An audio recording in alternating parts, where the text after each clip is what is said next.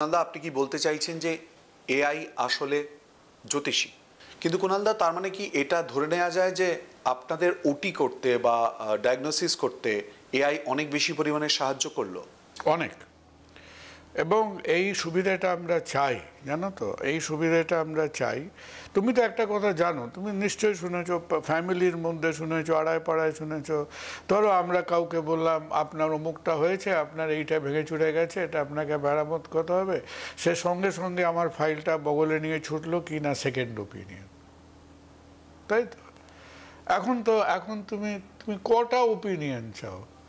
তুমি যদি generative AI চালাতে জানো, তুমি জেনারেটিভ এআইকে আপলোড করে দাও না, ও কলকাতায় বসে তোমার থেকে আইসল্যান্ড থেকে ওপিনিয়ন এনে দিয়ে দেবে, in terms of opinion, in terms of clarification. সুতরাং এই ব্যাপারগুলো অনেক তোমার খানিকটা স্ট্যান্ডার্ডাইজড হবে। অলরেডি হয়ে গেছে, এটা গেল পজিটিভ। কিন্তু আরেকটা কথা মনে রাখবে, সেটা হচ্ছে যে এখনকার ধরো 2025 সালে বসে আমরা এআই সম্বন্ধে যেটুকু জানি, ফার্স্ট অফ অল রিমেম্বার যে এআই কিন্তু এখনও রিয়েল টাইম নলেজে 1.5 থেকে 2 বছর পিছিয়ে আছে। কারণ যত ডেটা তার মধ্যে ফিট করা হচ্ছে, রাফলি লাস্ট 100 উইকসের ডেটা কিন্তু এআইয়ের মধ্যে খুব সম্ভব নেই, 1 নম্বর কথা।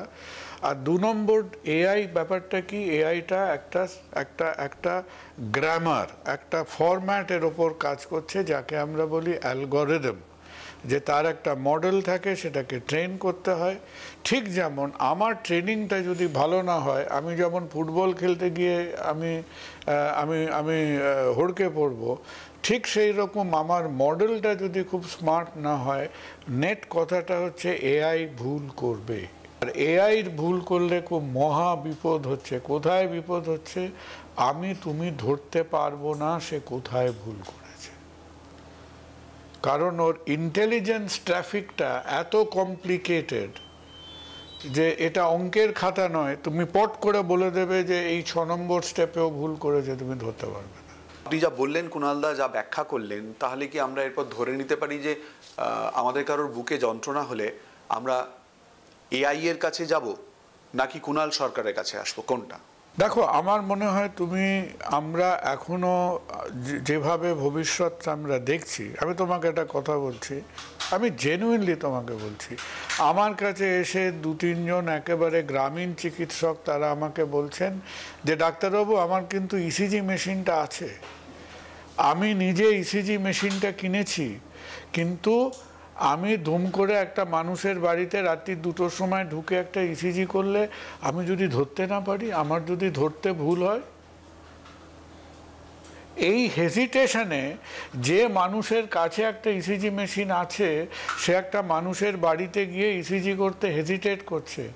How do we help out today?